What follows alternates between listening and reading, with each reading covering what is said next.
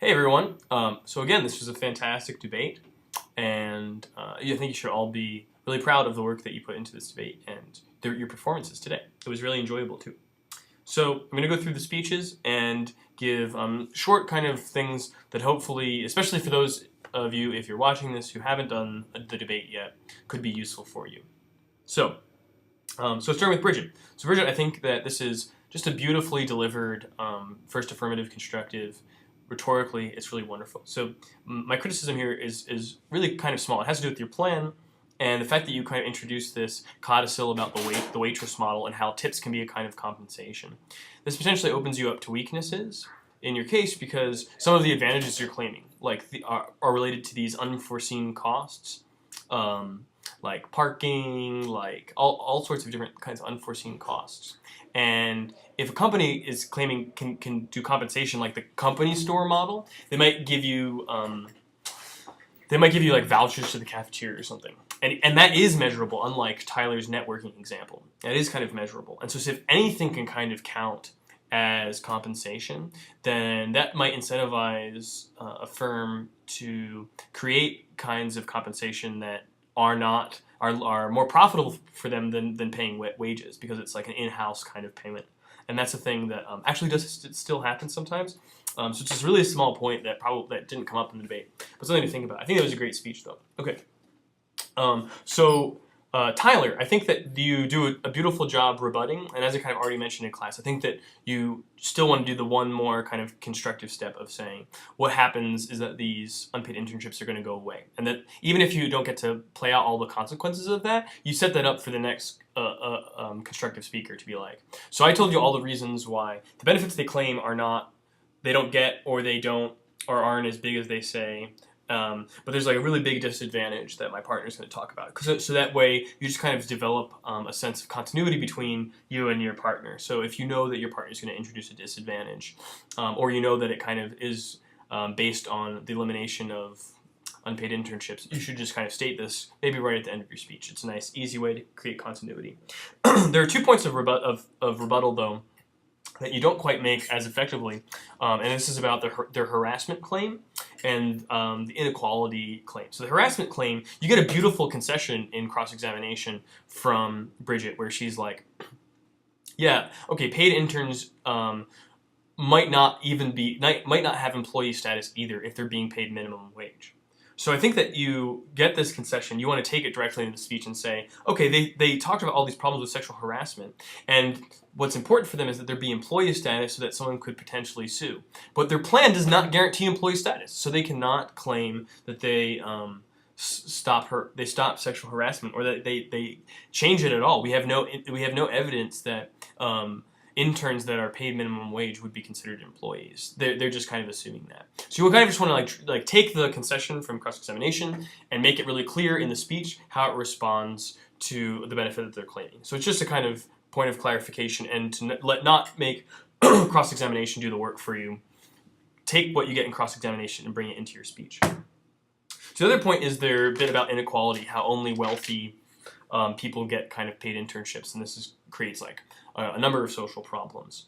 And you have really nice rebuttal about, as I mentioned before, how the unpaid internships are mostly smaller firms, nonprofits, government organizations. And I think that, so you're using this as kind of rebuttal of their last point, the no significant advantage in employment, to kind of disturb that. But I think you really need to look in your evidence to see if you can rebut something like the 2 birds with 1 stone. Because I think that this also, if you drew out the consequence that this potentially, their plan would eliminate the unpaid internships, this would hurt their claims that it would help inequality, because it's like, not only, so now we have the reason why there's this differential between success, because it's the nature of these businesses. And now when we pass the plan that everyone has to have paid internships, these businesses won't have any internships at all. And that just means, it doesn't mean that everyone's going to have higher success rates in getting jobs. It just means that these people the people that currently have unpaid internships will have nothing.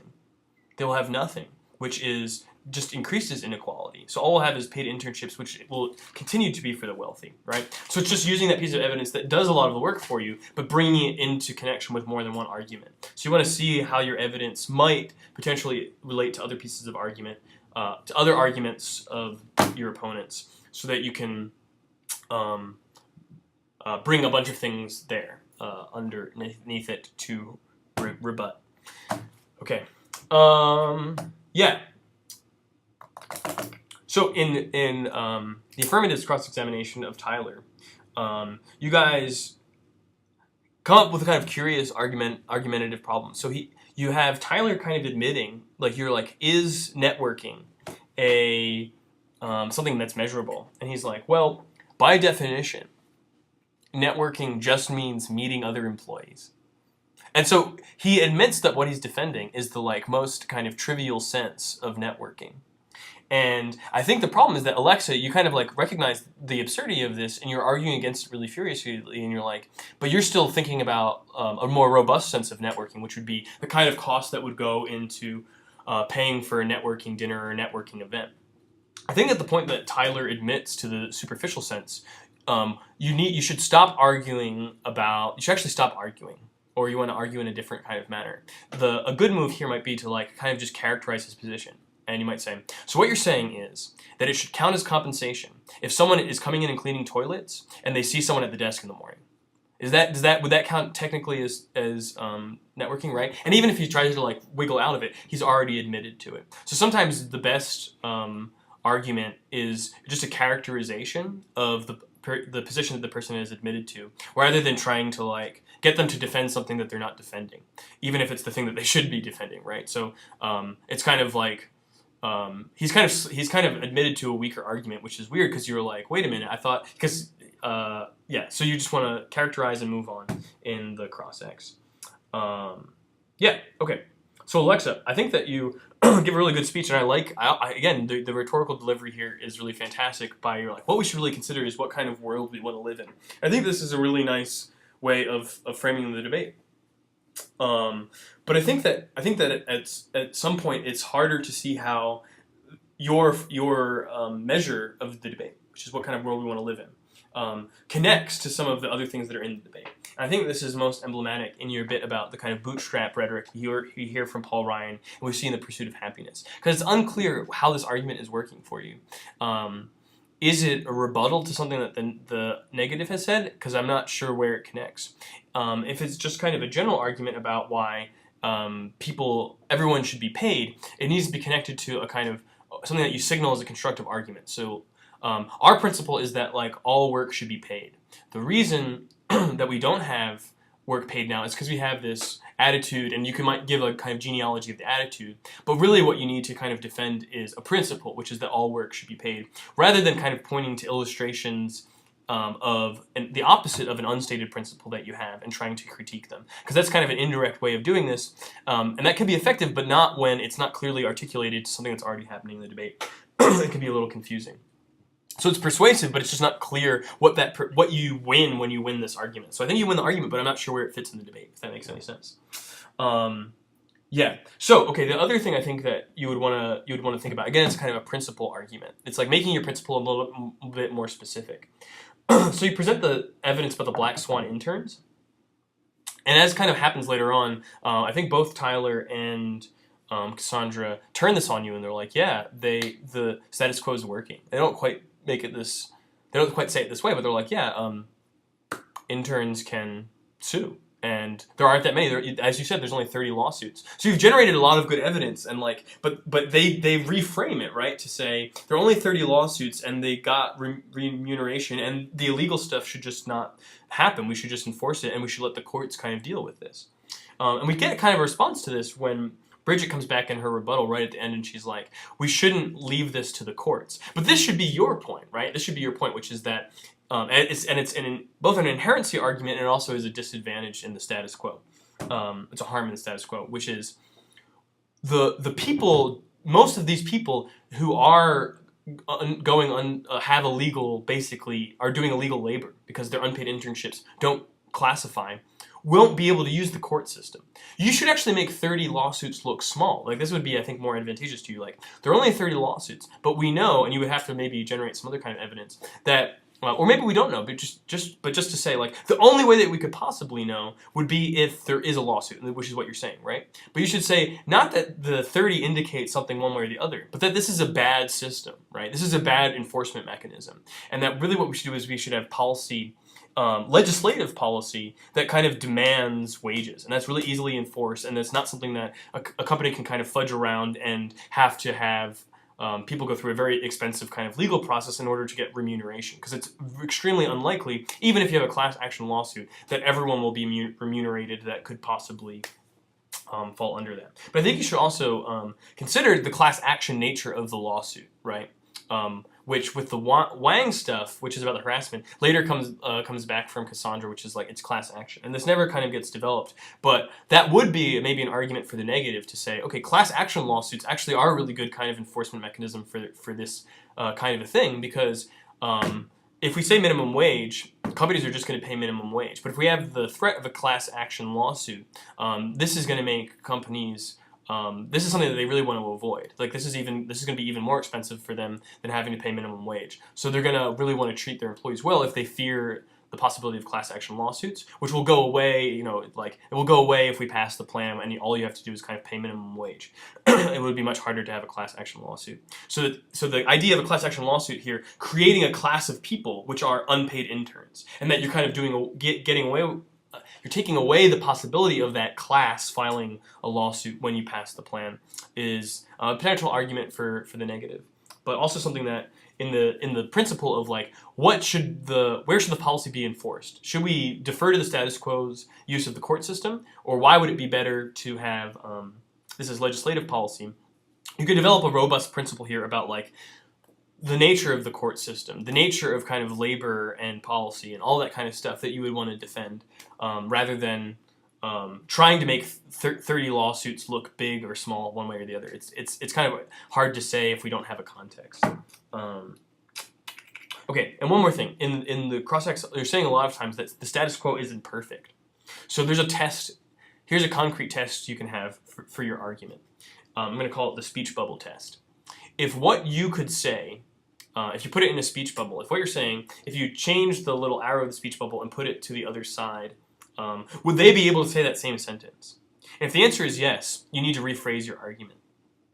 And I think here is where this particular claim that you make a couple times, the status quo isn't perfect, would fail the speech bubble test, because they end up saying the same thing, and you even note that they say the same thing, right? You're like, you say the status quo isn't perfect. I'm like, yeah, it's not perfect, but we don't. But it's like it's got its good and its bad, and we just shouldn't do the plan, right? Because it's like the plan is even worse than the status quo, and that's all they have to prove. They don't have to prove that the status quo is perfect. So you need to prove inherency, right? That's the prima facie case, and so you the burden is still on you. And when you say the status quo isn't perfect, you're actually hurting your case because you're pretending that there's a burden in the debate that there's not. Okay. Cassandra, I think that you have a really nice turn of the Wang evidence that I kind of mentioned in Alexa's bit.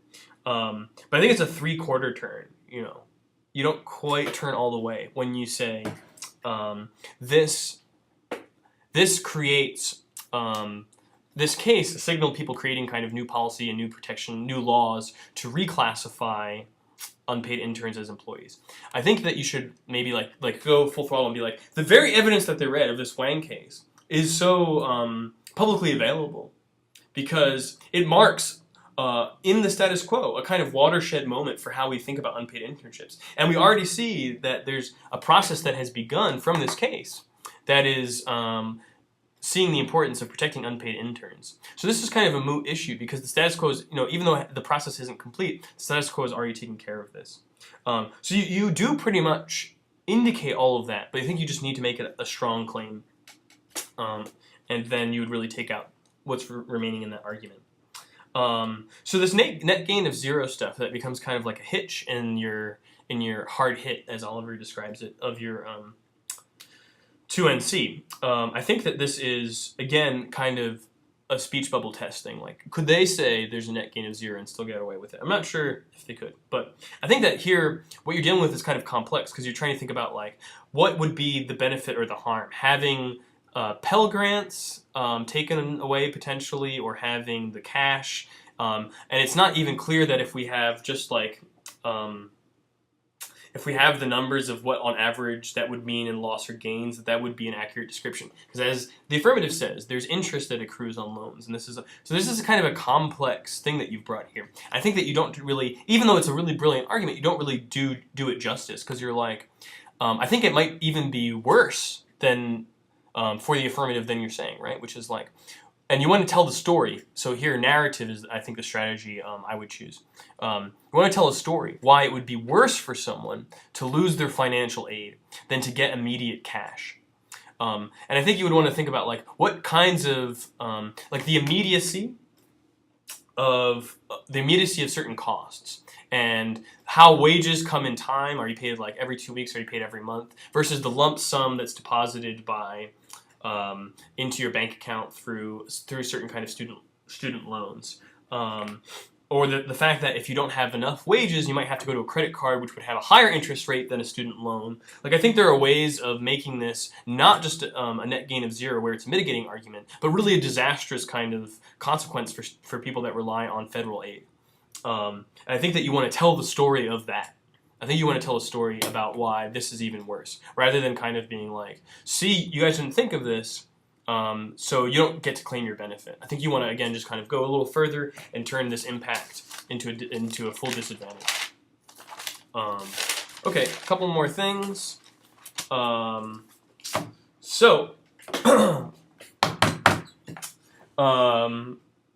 I think you do a nice job in the negative rebuttal.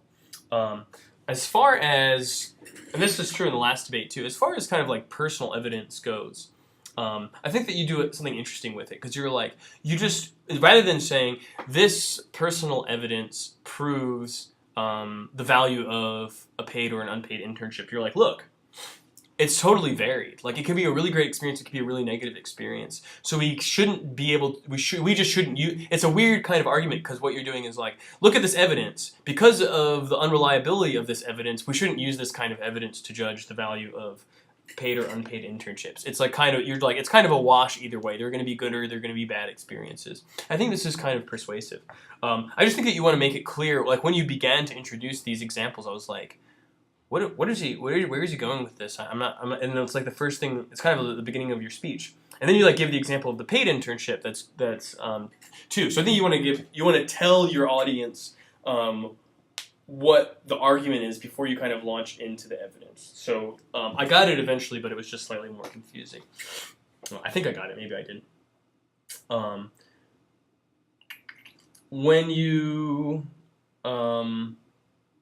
yeah, and so I think, and there were a couple moments here in the rebuttal where I think you're feeling the pressure of time a little bit, and you kind of skip over some things. So you're like, I think we would all agree that a paid internship cleaning toilets is worse than an unpaid internship doing something else. And this kind of is in tension with your first thing, which is like, well, we can't really tell the value of a paid or an unpaid internship based on a single example about what one person did. There's always going to be flaws in the system, and this is your argument, right? There's always going to be flaws in the system.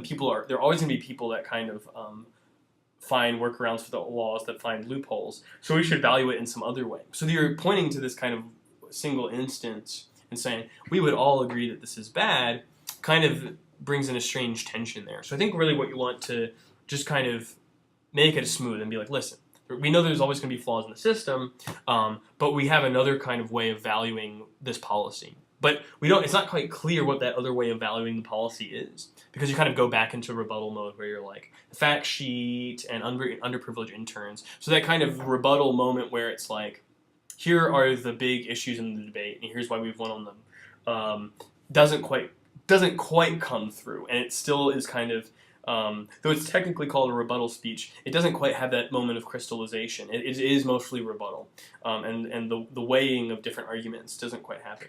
And I think that actually in Bridget's speech we get more of that. We get it like in the kind of second half of the speech when you're like, networking issue, the harassment issue, the education issue, the aid issue, right? You kind of go through these very clearly, and you talk about, even though you're rebutting here, you're rebutting them based on the kind of issues that you think would be voted on in the debate.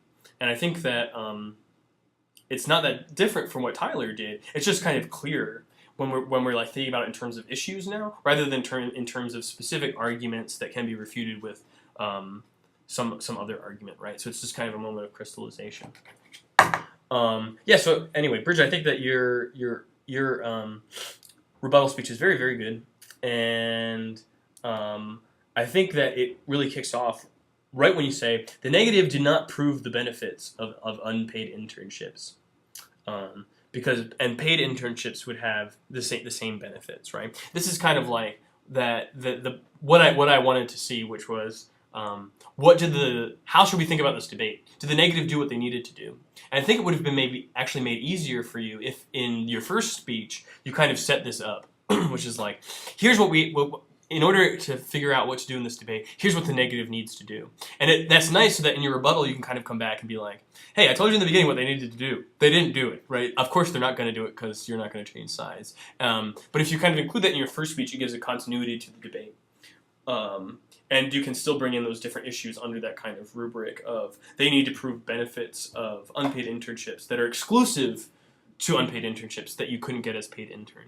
And then make your issues under that. I think that would have been made it even better than it was, and it was already really good. So good job, everyone. Again, I tried to find some things to help you on, but I think it was a very good debate. Good job.